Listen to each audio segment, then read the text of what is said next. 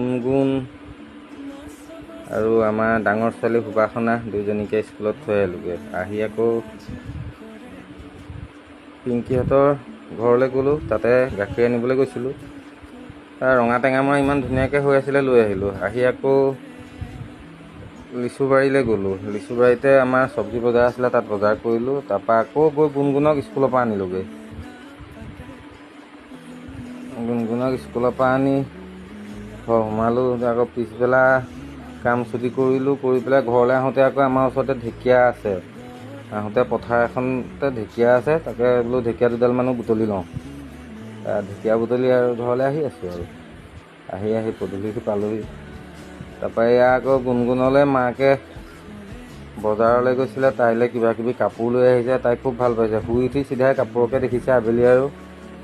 নতুন কাপোৰ পাই গুণগুণৰ মনটো বৰ ফূৰ্তি, চিধাই কিতাপতহে বহিলেহি আৰু।